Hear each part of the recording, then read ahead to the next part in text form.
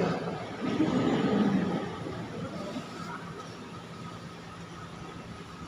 That God, as the author of life, will help you. Hindi paano ang problema mo? Ngayon, magpapasko na, masyado ka pag na-overwhelmed ng mga problema mo sa buhay.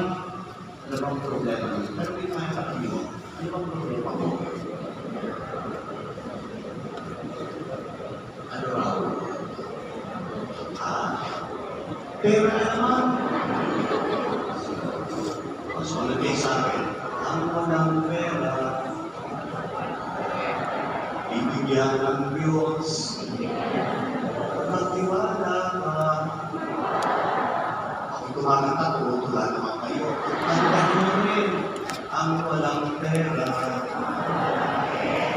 ibigyan ng Diyos, magtiwala ka.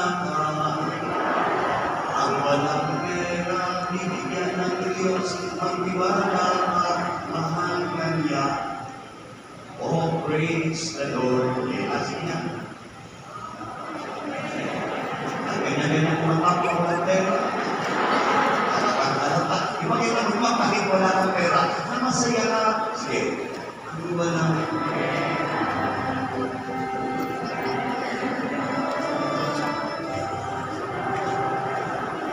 pag ako ang Diyos, hindi ko kayo bibigyan.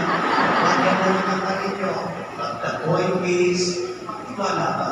Magtiwala ka. Mahal ka ng Diyos. Because authority is trust.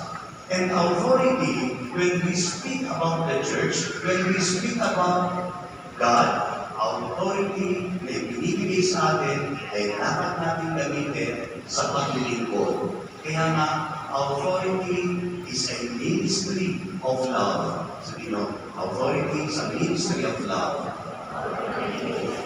Ano bang ibig sabihin ng authority? Sa ibang lingwahe, ito'y trabaho.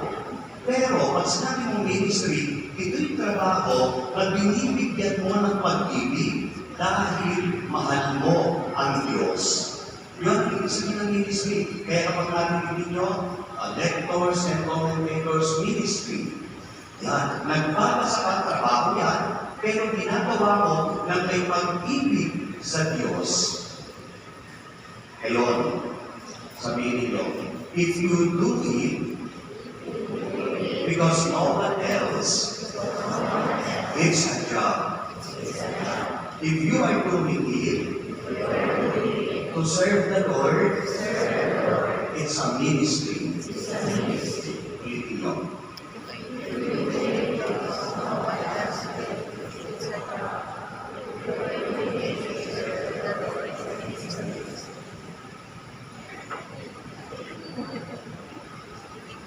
Ganyan naman ang buhay. Mamaya, yung soko, narinig ba ako? Sabi na niyan yung patatanda na itong mga sumisiba, yung iba ba